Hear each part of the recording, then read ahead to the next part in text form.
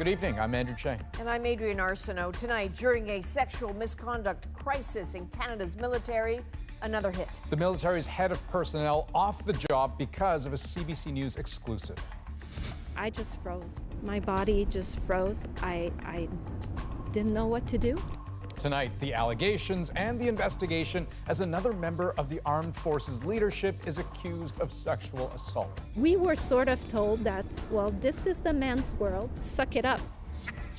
CBC News has also learned disturbing new details about deaths in an Ontario COVID ward after a doctor was charged with first-degree murder.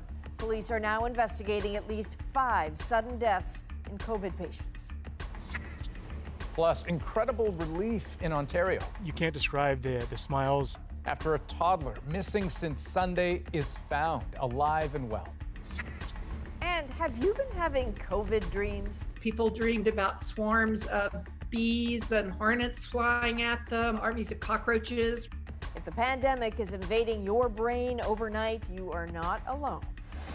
This is The National. Well, tonight we have new allegations and new disturbing details on 2 major stories in this country, both of them revolving around people in positions of trust who are now under investigation. One, a doctor charged with murder. The other, a military leader. So we'll start there in the Canadian Armed Forces, where tonight, as 2 former chiefs of the defense staff are investigated for alleged sexual misconduct, a 3rd high-ranking official is now off the job indefinitely, facing even more serious allegations. Vice Admiral Hayden Edmondson was in charge of the military's human resources. He is now on leave after CBC News told the Department of National Defense we were about to release this story. It is an exclusive interview with a former member of the military who alleges Edmondson raped her on board a Navy ship in 1991. Edmondson denies the allegations. Ashley Burke takes us through them, and a warning: they are told in detail. You know, I feel sad seeing this. Stephanie Vio was 19 at the time. This is me. A steward new to the Navy, serving on HMCS Provider in 1991. That's the combat department. Back then, Hayden Edmondson was the 3rd highest ranking officer on the ship. Vio says that November, Edmondson sexually assaulted her, but she says she was too afraid to report it. I figured I would be strong enough to move on, but I know now 30 years afterwards that it never leaves you. Vio says the inappropriate behavior escalated during an exercise at sea, one of her duties to wake up officers, including Edmondson, for their night shifts. He started showing parts of his body, and it progressed over time, and it lasted, many nights. The last time that he's done that, I went to wake him up, and he was on his back, completely naked, and he was waiting for me. I yelled, "I can't take this any longer." Vio says when the ship docked in Hawaii, Edmondson asked to speak to her in his cabin. Vio says she was expecting an apology. He wouldn't let me go. I can't say that it was a violent situation, but he sort of pushed me to the wall, and he started undressing me, and he removed all my clothes, and then he turned me around and he raped me. There's no other way to say it. Another person on board who asked to conceal her identity confirmed to CBC News that Vio went missing at the time of the alleged assault. But I do remember going back to look for her, and I remember calling her name. I went to respond back to her calling, and he just put his hand on my mouth, and he said, "Shh." I just froze. My body just froze. I didn't know what to do. I was terrified. Vio says fears about career reprisals kept her silent. The culture was accepting this behavior. We were sort of told that, well, this is the man's world. This is how it is. Suck it up. Vio later left the military. She says she's telling her story now in an effort to heal and is calling for an independent investigation into the Vice Admiral. I want justice for me, but I also want justice for others. So, Ashley, what is Edmondson's response to these allegations? Adrienne, Vice Admiral Edmondson denies the allegations. In a statement sent to CBC News, he said, "I categorically deny that I have ever had non-consensual sex with anyone ever." He also said he was not provided sufficient details of the allegations or time to respond in detail. CBC News did provide Edmondson with an extensive list of claims yesterday. He's on leave with pay indefinitely, and the Department of National Defense says the military is troubled by the allegations. The case has been referred to military police. All right, Ashley Burke in Ottawa tonight. Thank you, Ashley. Thank you. Well, CBC News has learned shocking new details about a murder investigation centered on a Hawkesbury, Ontario hospital. Dr. Brian Nadler is accused of killing a patient who had COVID-19. Now, as Amanda Pfeffer explains, the investigation is expanding as police examine as many as 5 more COVID deaths. The hospital in Hawkesbury, Ontario was hit hard with a COVID outbreak mid-March. By March 25th, it reported 5 people had died in 1 week, the most in several months. The same day, Dr. Brian Nadler, one of its physicians, was taken away in handcuffs and charged with first-degree murder. Now, CBC News has learned that investigation is looking at least 5 deaths of COVID-19 patients and the medication used to treat them. That'll be part of the ongoing investigation. Bill Dixon with the Ontario Provincial Police says forensic autopsies begin this week. There were grounds there for investigators to think we need to look deeper and take another look at the cause of deaths just to make sure. The charge of first-degree murder was laid in the death of 89-year-old Albert Poitinger. He lived at a Montreal seniors residence about 30 minutes away. I'm pretty shocked to hear that. Liam Morrell works at the residence and knew Poitinger. Very nice guy. Him and his wife Inge lived here. And he was just a super nice guy, always very pleasant. Nadler's lawyer says his client maintains his innocence. Welcome to Hawkesbury and District General Hospital. Now the hospital is trying to restore trust. When you call, the hospital message begins with an acknowledgement that a lot of people are looking for answers. Important message. If you are concerned about care you or a family member received at HGH. Tonight, CBC News has learned that Brian Nadler was under a 1-year restricted license until February 3rd. It means that he was under the supervision of another doctor during that period. The College of Physicians and Surgeons of Ontario won't give any details about that restriction. Earlier today, Brian Nadler's license to practice medicine was suspended. Amanda Pfeffer, CBC News, Ottawa. Canada has reported another 5,500 new cases of COVID-19, and variants of concern are the concern across the country, including in Quebec, where you will hear about new restrictions in a moment. But we begin in Ontario, where the number of severe cases hit a new record.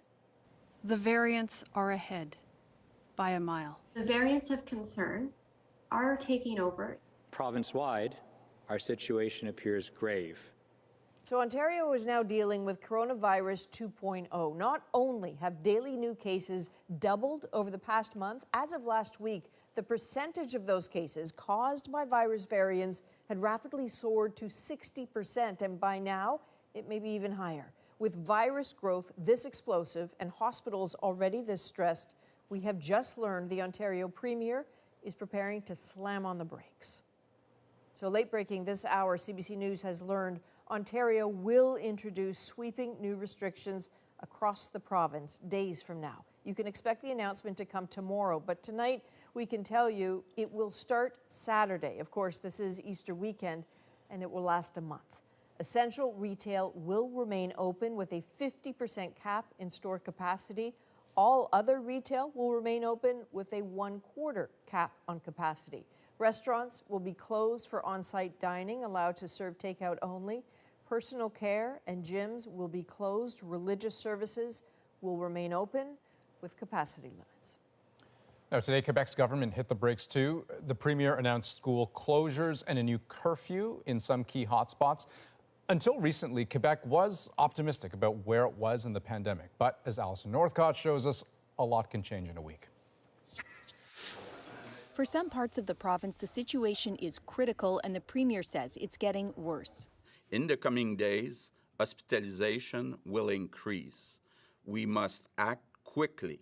In the areas he's most worried about, Quebec City, Lévis, and Gatineau, an emergency intervention. For 10 days, schools will shut down, non-essential businesses will close, and there will be an earlier 8 p.m. curfew. We're feeling very, I guess, shocked and disappointed. Caroline Paquette is a business owner and mother of 3. It's just been a crazy roller coaster, and to be back here again today where everything is closing, where the announcements are last minute, where the kids are back at home, which is extremely difficult. The impact again is the risk of losing employees, changing sector, and the other impact is that the sales will go down again. I mean, it's takeout and delivery is not enough to keep the restaurants alive. Just last week, Legault seemed optimistic. We're resisting against the variants and the third wave. And now? It's a wake-up call. The situation is very serious. In the Quebec City region, over 10 days, daily new cases jumped from 35 to nearly 200. Health officials shut down this gym. The 68 cases now linked to it, clearly frustrating Quebec City's mayor. Bravo, champion.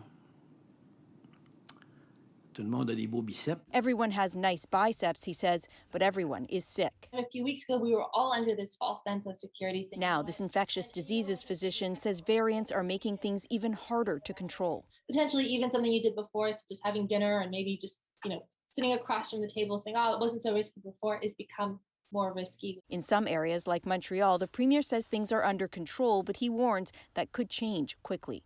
Alison Northcott, CBC News, Montreal.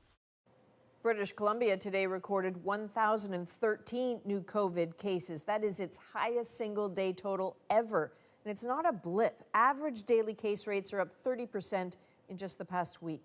As that surge sinks in, the owner of a restaurant in Kelowna, BC, is apologizing for a large party held there earlier this week. The owner of Charlie Victoria, a restaurant in Kelowna's popular Big White Resort, said holding the party was an ignorant decision made out of pure selfish frustration over restrictions announced in BC that same day. That after outraged reactions to these images. Well,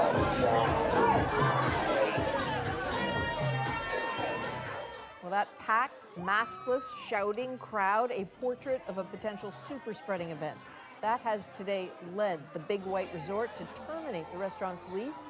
The resort also announced it is closing for the season 6 days earlier than scheduled, citing safety concerns. Well, human error has led to the loss of roughly 15 million doses of Johnson & Johnson vaccine. The New York Times reports that workers at a Baltimore plant got the formula wrong.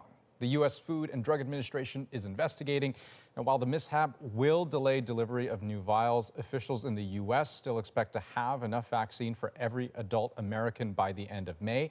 Though, as far as Canada is concerned, it's not clear just yet what this means for deliveries here. Now, some good news on the pandemic front tonight. Millions of parents are welcoming an announcement by Pfizer today about how well the vaccine works in children between the ages of 12 and 15. Christine Birak explains the hope and the potential timeline.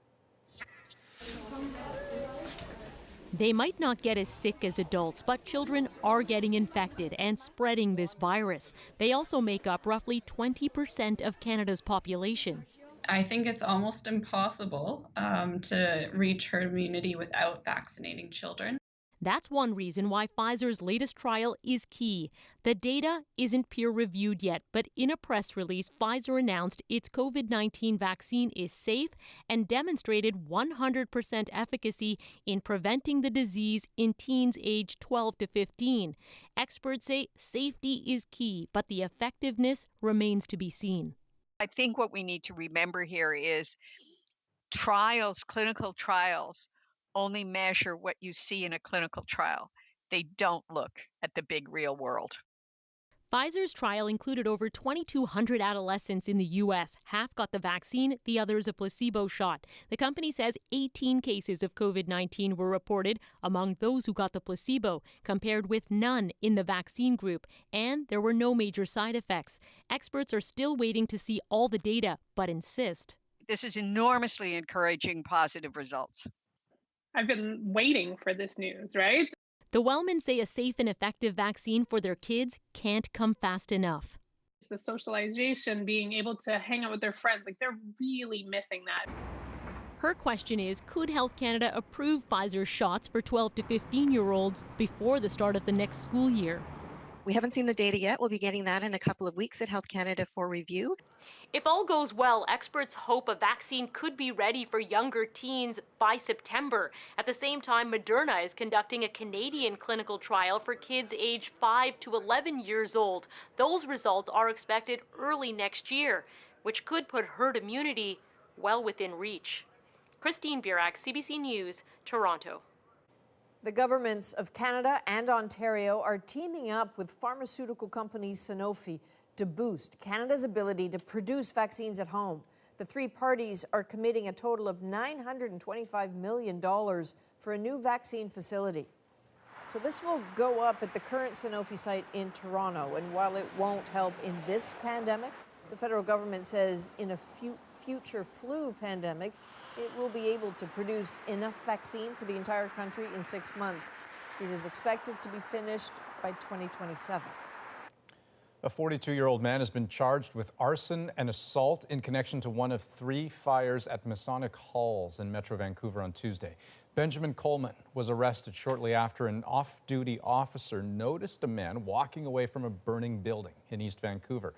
Police say they expect to lay more charges in the coming weeks in relation to the 2 other fires, which are still under investigation. Where there could have been tragedy, there is instead immense relief tonight for an Ontario family, reunited with their 3-year-old son. He had been alone, lost in the woods for days.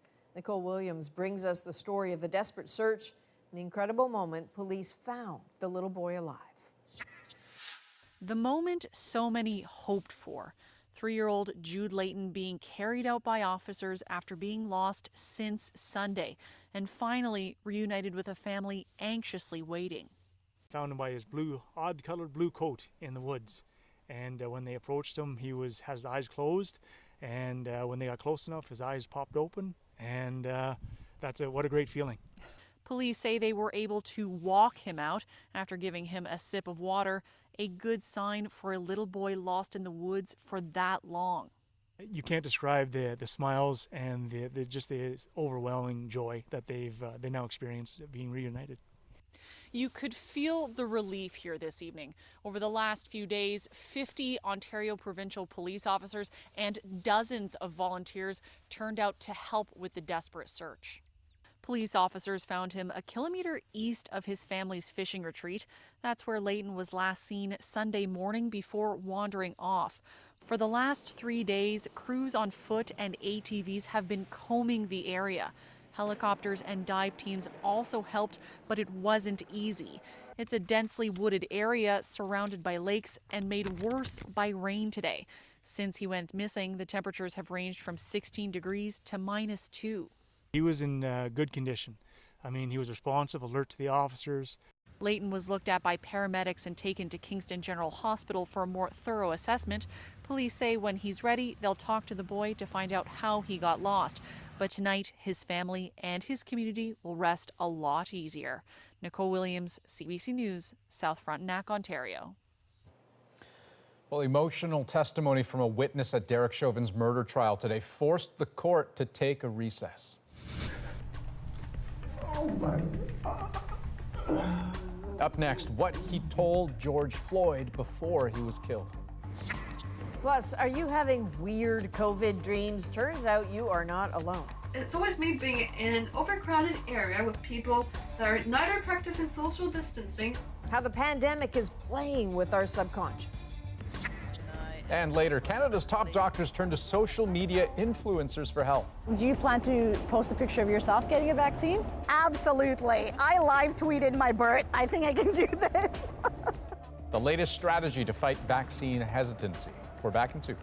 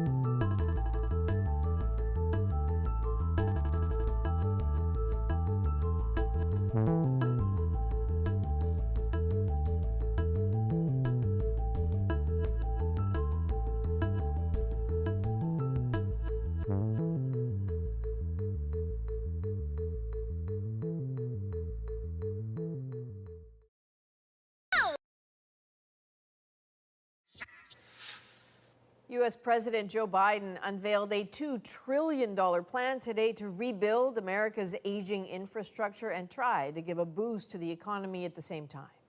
It's not a plan that tinkers around the edges. It's a once-in-a-generation investment. The plan takes on everything from rebuilding roads and bridges to investing in transportation, housing, and the electric grid, and aims to create millions of jobs in the process, all over the next 8 years. In Minneapolis, the trial of former police officer Derek Chauvin continued today with more chilling video, more wrenching testimony, and as Susan Ormison shows us, a common theme from eyewitnesses, feelings of helplessness and guilt about watching George Floyd die. Oh my God. Witness Charles McMillian, overcome, watching police body cam video of Floyd's arrest, hearing his pleas. Can you just explain sort of what you're feeling in this moment? I feel helpless. McMillian was on the scene the whole time last May. Earlier, he testified he was urging Floyd to cooperate with police. Also today, new video not public before showing George Floyd inside Cup Foods where he went to buy cigarettes. Cashier Christopher Martin talked to him. Can you describe for the jurors generally what his demeanor was like? What was his condition like? So when I asked him if he played baseball, he went on to respond to that, but it kind of took him a little long to get to what he was trying to say, so it would appear that he was high. Floyd fumbled in his pockets for bills and paid for cigarettes with an alleged fake 20. The store manager sent the cashier out twice to try to get Floyd and a friend back in the store. He was just kind of shaking his head and putting his hands in the air, like kind of like, why is this happening to me? Like, I don't want this to happen, sort of thing. When that failed, Cup Foods called in police. Later, seeing Floyd pinned to the ground by police, Martin testified how he felt. Disbelief and guilt. Okay. Why guilt? If I would have just not taken the bill, this could have been avoided. Outside Cup Foods is now a shrine, George Floyd Square, filled with mementos, murals, and painful memories relived this week inside that court. The jury will see the tape. It will be as obvious to them as it was to the eyes of the world. Marcia Howard, one of the activists here since last May, says people are relieved the trial has finally begun. There's a cautious hope, but it's America, and we know that power cedes nothing willingly. So the status quo will try very hard to maintain itself. So, Susan, where is the prosecution going next with this case? Yeah, well, all this video, multiple hours, the juries on day 3 have already seen, body cams, surveillance, bystander videos, prosecutors wanting to get it on the record early before the controversial evidence to come about medical evidence, how George Floyd died. So very clearly, we've seen the emotion in the witnesses, but clearly the jury has to be feeling it too, right? Indeed. One jury signaled to the judge suddenly this morning saying she felt ill and said she hadn't been sleeping very well at all. The judge asked her stress-related, and she said, yes, already, Adrienne. All right, senior correspondent Susan Ormison in Minneapolis tonight. Thank you, Susan. In New York, an arrest has been made in a brutal assault against an Asian American woman, one of many across the U.S. during the coronavirus pandemic. And as Ellen Morrow reports, one of the most disturbing details of the attack was that nobody stopped to help.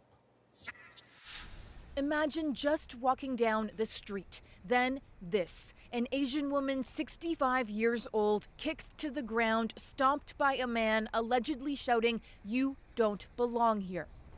No one helps the woman. Instead, this man closes the door. How does a woman get punched and stomped on in front of a luxury building and the doorman closes the door? Isn't that the perfect symbolism of exactly what is happening right now? The suspect arrested today, charged with a hate crime. We will never accept or tolerate hate or violence of any kind in our great city. Another attack at an already painful time for the Asian American community. Our people are getting killed for no reason. The shootings in Atlanta, killing 8 people, 6 of them Asian women at Asian-owned businesses. A 75-year-old grandmother punched in San Francisco, all in the last month. Anti-Asian hate crimes up 150% across major U.S. cities over the past year, fueled by the pandemic, exacerbated, advocates say, by Donald Trump's rhetoric. How have you been feeling these past few weeks? Sad and angry and fearful. Those feelings made worse, Tiffany Chang says, by this inaction. Her organization has partnered to create free online training for how bystanders can respond. That's what is needed most of all, is just that kindness and that willingness to be that stranger, to be that person who intervenes, to not be that person who closes the door on somebody in need. In response to the attacks, the Biden administration announced plans this week to better address anti-Asian racism, including tasking the Justice Department with doing more to investigate hate crimes against the Asian American community. Ellen Morrow, CBC News, Washington. Well, a report on race sparked outrage in the UK today after it concluded the country is not institutionally racist. The report was commissioned following Black Lives Matter protests last summer. It concedes Britain is not yet a post-racial country, but argues it has seen improvement and should be a model for other white majority countries. Critics say the government-appointed commission glosses over deep-rooted problems. Okay, when we come back, why public health is turning to social media influencers. Your support as trusted voices in your community to take a lead in championing the uptake of vaccines. A new pandemic partnership, but doesn't go far enough. And later, turning pieces of medical plastic into pieces of art. We'll be right back.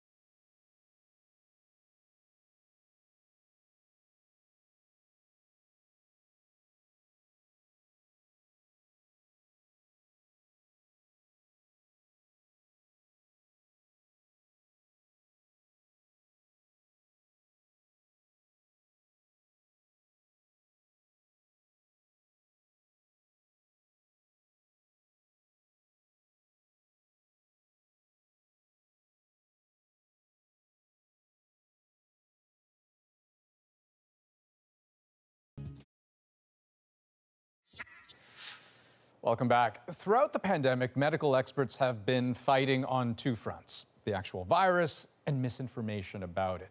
New research from the Ontario Medical Association narrows in on who is spreading myths about COVID-19. Turns out, Ontarians between the ages of 55 and 64 are the most engaged in spreading misinformation online. The association says it's not clear why this age group is most active, but that it is concerning. So, obviously, social media can be used to spread false information, but there's hope as well that it can play a role in disseminating real facts about COVID-19. Joanna Remiliotis now with a look at how public health officials are teaming up with online influencers, hoping their message of truth goes viral. Message me, let me know. As a hip urban mom with thousands of followers, Yashi Murphy usually posts about raising condo kids, not boosting vaccine confidence. But she's going there. It's a COVID-19 vaccine. I'm just a bit of a sponge right now because I am not a medical professional. So if we can get some information about the science behind it and also what we can do as ambassadors, that would be helpful. Murphy is one of nearly 40 social media personalities invited to a private Facebook event. We're here, Dr. New and I and my other colleagues, to hear from top public health officials about how they can help promote COVID vaccines to their followers. Your support as trusted voices in your community to take a lead in championing the uptake of vaccines. The event is strategic. Many people who are vaccine hesitant tend to get their information on social media, including racialized communities who are among those more reluctant to roll up their sleeves. A lot of misinformation has been traveling through social media. So I think Dr. Anye Norom is working with other community leaders to raise vaccine awareness in the Black community. Let's take a moment and observe what's going on. As a panelist in the event, she says social media influencers can also help break down skepticism. Yes, so where there's already an issue of trust, right? So I am excited that now there'll be engaging ways of providing, factual information and then leaving it up to people to make their own decisions. But while the potential for good information on social media is undeniable, experts say companies like Facebook need to do more. Whether it's sincere or whether it's PR, it's probably a good thing that it happens, but it's ultimately superficial. Professor Taylor Owen says the core issue is how social media companies track impressions and promote content, including misinformation, and says in the middle of a public health crisis, pressure to regulate them is only growing. And when you have mis and disinformation running rampant on these platforms, confirming people's hesitancies about the vaccine itself, that is a real public health challenge. And I think the companies know that, and they know that governments and publics are going to start demanding they do more. And this is a sign of that. I think harmful COVID misinformation is bad for business, it's bad for people, and we don't want it on our site. Kevin Chan is the head of public policy in Canada for Facebook. The strategy, he says, has been to remove harmful misinformation while directing people to trusted sources. We're not here to censor Canadians. The best way to combat concerns that are not founded by fact is to give people more information, to give them more context, and that's really what we're doing.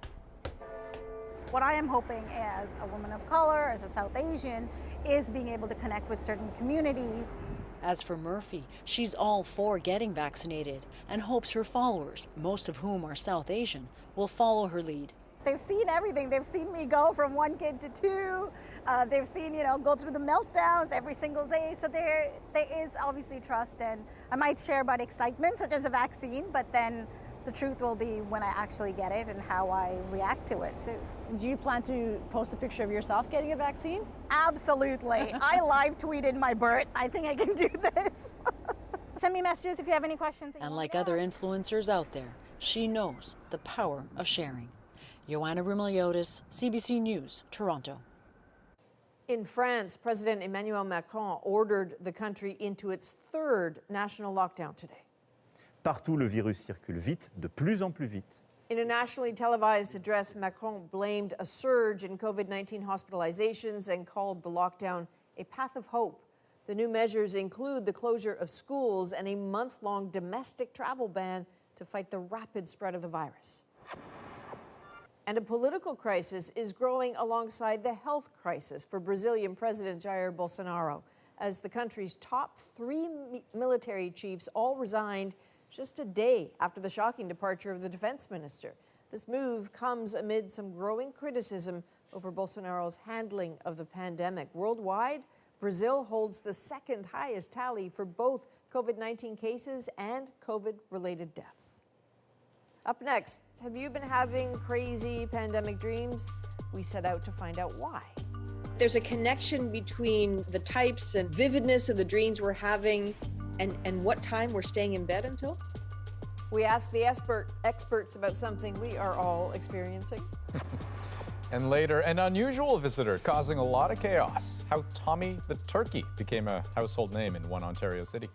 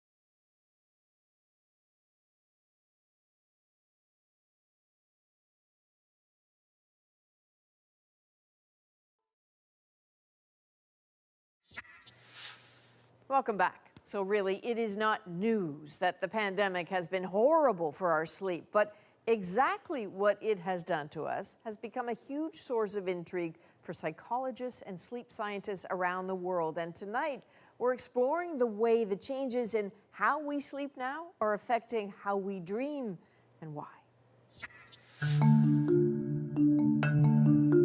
For all the talking we've done about the absurdity of our pandemic days, maybe it's the nights that have been the strangest. The anxiety keeping us staring at the ceiling, tossing and turning deep into the night, and drifting into the weirdest of dream worlds. I dreamt that I was watching a movie and turned around to see my girlfriend had duct taped herself to my bedroom window. Canadian filmmakers have been illustrating the COVID dreams people submit. A academics chronicling them in global studies over the last year. Some of you sending us your bizarre tales. In my dream, I was like, oh my God, what? It's always me being in an overcrowded area with people that are neither practicing social distancing or wearing a mask. I do not like COVID in my dreams. If I could sanitize my mind. Filthy. The doors are hanging off the hinges. And this waitress leans into me and says, "I'm sorry, I have to do this." And then at the moment when she plunged, I screamed and woke up. Clearly, pandemic dreaming is by now a global phenomenon.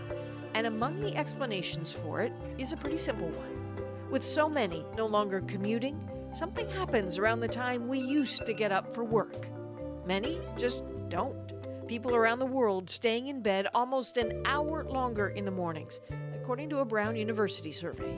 And for sleep scientists, there is meaning there. Is that a thing, Elizabeth, that there's a connection between the types and vividness of the dreams we're having and what time we're staying in bed until? Yes, definitely. So most vivid, immersive, kind of spatiotemporal, emotional dreams happen in the morning. And because morning dreams are more easily remembered, we're all talking about them. In a year that Elizaveta Solomonova of McGill has been collecting the stories of pandemic dreams, she's seen a shift. In those first days of lockdown, when no one was going anywhere and we felt stuck, we worked through that in our sleep. So the most prevalent dream theme during the first lockdown was trying over and over to do something and not succeeding. What they dreamt about being unable to do stuff they wanted to do. Those feelings of trying to catch a flight and missing it, making a run for the border but not getting there, those dreams happened a lot. Harvard Medical School's professor Deirdre Barrett has been studying dream life her entire career. She says this era is a standout. Dream recall was just way up this time in a way that was not as true of any other crisis. Imagery in dreams is sometimes really obvious. Consider what she found after 9/11. After looking at all that in real life, of course there were dream submissions of plane crashes or fires. But in the early days of the pandemic, COVID and the fear of it didn't necessarily look like anything, so our brains figured it out. Plenty of dreams of natural disasters, especially tsunamis, and oddly, bugs. And it could be any kind of insect. People dreamed about swarms of bees and hornets flying at them, armies of cockroaches running at the dreamer. Think about it, she says. Bugs are a pretty logical metaphor for viruses, and early pandemic dreams were infested with them. They certainly were for Mary Boutillier of Toronto, who sent us a deeply creepy COVID dream.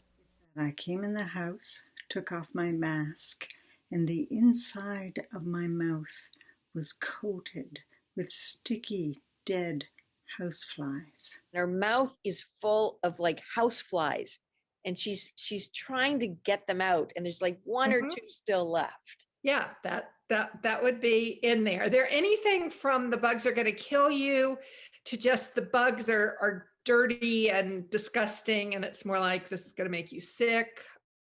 Once masks became the ubiquitous image of the pandemic, they took over in dream imagery. So have you been having any COVID dreams? Yes. Are you? Trust Margaret Atwood to be ahead of the curve on that one. I was at this big party, which I in fact had thrown.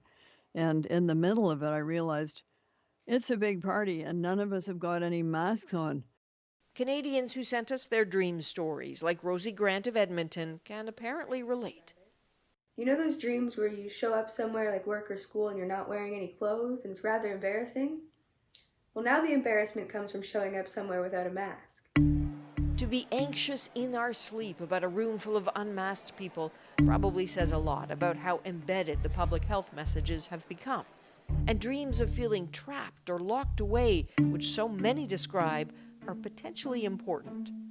And so what do you think people should do with this information?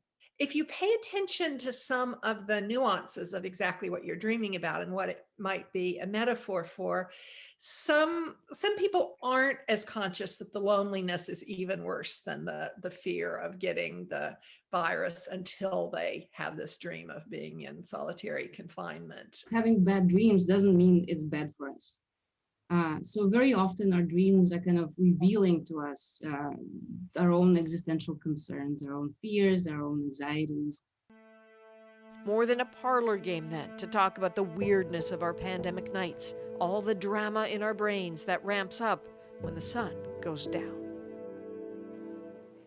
Okay, so now I'm curious. Have you had COVID? That's why Oh, yeah? we're doing the story, Right. is because I'm obsessively talking about this with my friends. I have the dream where I'm trying to flee somewhere that's falling apart. It's filthy. It's rubble all around, and I'm constantly trying to get away from it. You not? No, my sleeps are boring. Okay, so I think you should talk to somebody about that. That doesn't seem right. Okay, next, finding inspiration in the pieces of a pandemic. This is kind of the star of the show here lately. All the purple ones are all the Pfizer caps. An ICU nurse uses medical waste to create healing art right after the break. But first, do I need to remind you what is out there? what's out there in the video game The Last of Us is thankfully far bleaker than our current situation. But a real-life Canadian city will soon become the backdrop for this post-apocalyptic world. It can't be any worse than in here. Can it? The critically acclaimed game, which takes place during a deadly pandemic, is now being transformed into a big-budget HBO series. And the shooting location for this grim dystopian future, Calgary. It is one of the, we believe, largest TV and film productions ever to happen in Canada. Alberta's premier credits changes to the province's film and TV tax credit for attracting the production. The series is set to star Bella Ramsey and Pedro Pascal, both of Game of Thrones fame. Shooting begins in July, and Calgary, just watch your back for zombies.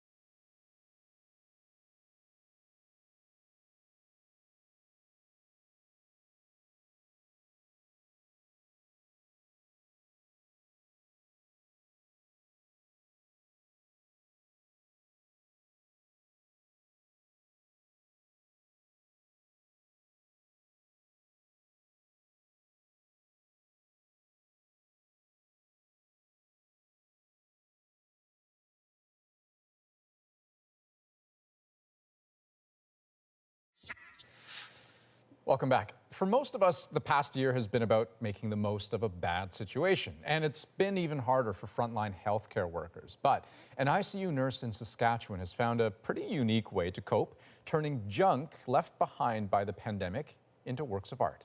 Here's Bonnie Allen. I'm a big recycler, so I've been repurposing a lot of things. A lot of pieces of wood and pieces of plastic. Sean Tuvey doesn't like to waste anything. The 51-year-old registered nurse makes pieces of art from pieces of medical plastic. And it has everything that we use at work during the day to keep people safe and alive. And there's antibiotics, there is sedatives, pieces of the ventilator. Tuvey works inside St. Paul's Hospital. He cares for COVID-19 patients in the intensive care unit. His co-workers help him collect clean plastic waste that has never touched a patient. We throw tons and tons of garbage out. I have thousands and thousands of pieces of plastic to work with, and so many ideas. Sometimes I stay up at night thinking about ideas. So this is kind of the star of the show here lately. All the purple ones are all the Pfizer caps, and then the yellow is the saline that they mix it with. Plastic caps from vaccine vials have become his finishing touch. There is the vaccine cap. Tuvey was inspired by these murals that hang inside Toronto hospitals and the nurses who made them years ago. Symbolically, to me, it represents all that care that not only I did, but the whole team did. Now, Tuvey's art is having an impact on his co-workers in the ICU. Looking at this piece, I was kind of very much stunned by this piece. And if we don't have a bright side, we could make one out of that bad situation. It's also therapeutic for Tuvey. As a nurse, he's experienced burnout before. I was crying on my way to work. I was crying when I'd be out for a run, something wasn't right, and I had to take some time off. And so artwork, physical exercise, some medication got me back on my feet again, and I'm doing really well these days. Making something beautiful out of trash, a mission with a message. I think it symbolizes hope. Bonnie Allen, CBC News, Regina. Next on the national, turkey trouble in an Ontario town. How this fearless turkey is running the roads and capturing hearts. Our moment is next.